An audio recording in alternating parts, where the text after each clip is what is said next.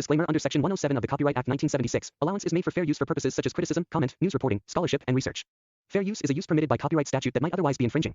Non-profit, educational, or personal use tips the balance in favor of fair use. क्या करूं मैं इतनी सुंदर हूं तो? श्रीवास्तव मौसी का जब बेटा हुआ था, उन्होंने तभी ठान लिया था कि अपने बेटे के लिए सबसे सुंदर लड़की का हाथ मांग कर लाएंगी। श्रीवास्तव मौसी को भी बचपन से हीरोइन बन के रहने का बड़ा शौक था, तो बहू भी उनको हीरोइन जैसी ही चाहिए थी। एक दिन उन्होंने मिस गाजियाबाद डिम्पल से उसकी शादी करवा दी। यहाँ बस एक ही दिक्कत थी, डिम्पल को फेस मास्क बनाना तो आता था, पर आटा गूंथना नहीं आता था। बातें तो पक्की पक्की करती थी, पर रोटियां कच्ची पक्की बनाती थी। कमला बहन, मानना पड़ेगा, आप शहर की सबसे सुंदर लड़की को ब्याह कर ले आई है अपने बेटे के लिए। अब इसमें हमने तो कुछ नहीं किया भाई साहब, सब ऊपर वाले की कृपा है। जी जी, तो क्या क्या कर लेती है आपकी बहू? सब कुछ।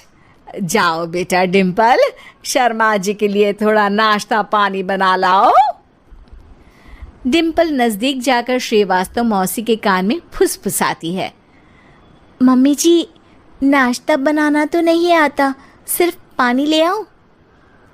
अरे बेटा, तुझे देखने कितने लोग आए हैं, इन सबको पानी पिलाने का ही इरादा है क्या?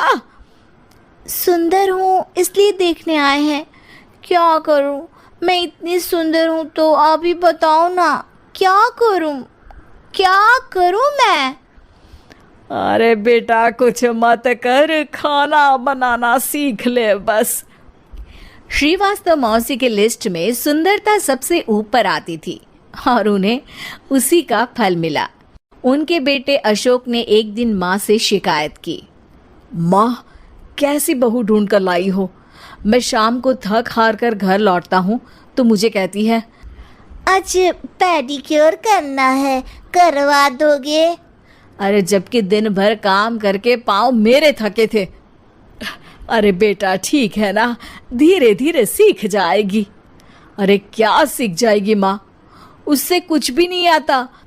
हफ्ते भर का शेड्यूल बना लिया है उसने, पेडिक्योर, हेड मसाज, मुल्तानी मिट्टी का ये वो, अरे पता नहीं क्या क्या। अरे मुझे तो नाम भी नहीं आते।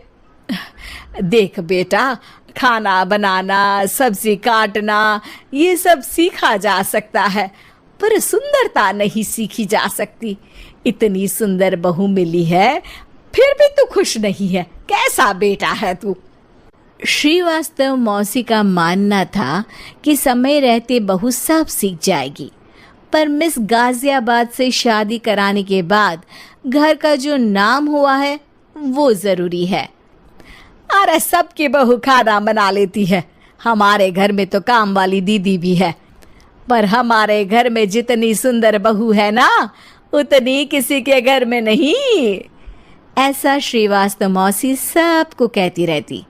फिर एक दिन वो हो गया जो नहीं होना चाहिए था। डिम्पल को पिंपल हो गया। डिम्पल घर में छुपी बैठी थी, पर ऐसी खबर छिपती कहाँ है। शर्मा जी घर में अपने बेटी की शादी का न्योता देने आए तो उन्होंने पूछ लिया, अरे आज आपकी बहू नहीं दिख रही? हाँ, वो ना थोड़ा काम में बिजी है, आती ही होगी। और इतने में डिम्पल सही में किसी काम से वहां आ जाती है। बस शर्मा जी की नज़र पड़ जाती है डिम्पल के पिंपल पर, जो उन्हें चांद पे दाग जैसा लगता है। पूरे शहर में बात फैल जाती है कि डिम्पल को पिंपल हो गया है। ये दिक्कत काफ़ी गंभीर थी और श्रीवास्तव मौसी को पता था कि अगर ऐसा चलता रहा तो उन्होंने जो हासिल किया था सब मिट्टी में मिल जाएगा। उन्होंने फट से डिम्पल को अपने कमरे में बुलाया। अरे बेटा, शर्मा जी के बेटे की शादी 1 हफ्ते में ही है, हमें उससे पहले ही तुझे वापस सुंदर बनाना पड़ेगा। तू बता, तुझे मेकअप के लिए क्या क्या चाहिए? डिम्पल की दी गई लिस्ट का सामान श्रीवास्तव मौसी शाम को ही ले आती है और उसके बाद शुरू होता है डिम्पल का मेकओवर। एक हफ्ते में सारे क्रीम्स पाउडर टेस्ट हो चुके हैं और डिम्पल और श्रीवास्तव मौसी रेडी हो जाते हैं शर्मा जी के बेटे की शादी के लिए। शादी के दिन डिम्पल बहुत सुंदर लग रही थी। श्रीवास्तव मौसी को उम्मीद थी कि बस अब तो हर जगह वो और डिम्पल ही छाए रहेंगे, चाहे शादी किसी की भी हो। पर जब वो शादी में पहुंचते हैं तो उन्हें बाहर शर्मा जी लोगों का स्वागत करते मिलते हैं। अरे कमला जी, सही समय पर आई हैं। आप ही का इंतजार था। हमने भी हमारे बेटे के लिए मिस अहमदाबाद ढूंढी है। डिम्पल और श्रीवास्तव मौसी दोनों के मुंह खुले के खुले रह जाते हैं शर्मा जी की बहू को देखकर। वो तो डिम्पल से भी ज्यादा सुंदर थी। क्यों, हमने भी अच्छी बहू ढूंढी है ना?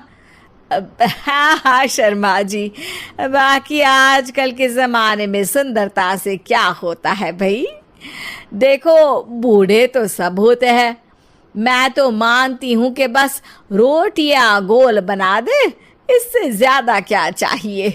सुंदरता का क्या है, ढल जाती है, पर गुण वो हमेशा रहते हैं। अरे बाबा, इतना बड़ा ज्ञान आपको कोई गुरु भी नहीं देता जितना बड़ा ज्ञान आपको एक छोटे से पिंपल से मिल गया। अगले दिन जब अशोक डिम्पल से बात कर रहा होता है, कल शादी में मिस अहमदाबाद के बाद सब मिस गाजियाबाद यानी तुमको ही देख रहे थे। क्या करूं, मैं इतनी सुंदर हूं तो आप ही बताओ क्या करूं। क्या करूं मैं तो कहती हूँ कि घर का कोई काम कर या फिर बाहर अपने लिए कोई काम ढूंढ ले। है क्या कहा माँ जी? हाँ जी, सुंदरता का क्या है। कल तूने मिस अहमदाबाद से मात खाई, आगे कोई मिस हैदराबाद आ जाएगी या मिस फैजाबाद आ जाएगी, इसलिए काम पर ध्यान दो। हाँ। और कुछ महीनों बाद, अरे बहू, काम करने के बाद तू सुंदर नहीं, अति सुंदर हो गई है। उम्मीद है कि आपको हमारी ये कहानी पसंद आई होगी। कृपया हमारे चैनल को सब्सक्राइब करें और सभी अपडेट्स के लिए बेल आइकन जरूर क्लिक करें। और हाँ, वीडियो लाइक और शेयर करना मत भूलिएगा। Bye bye.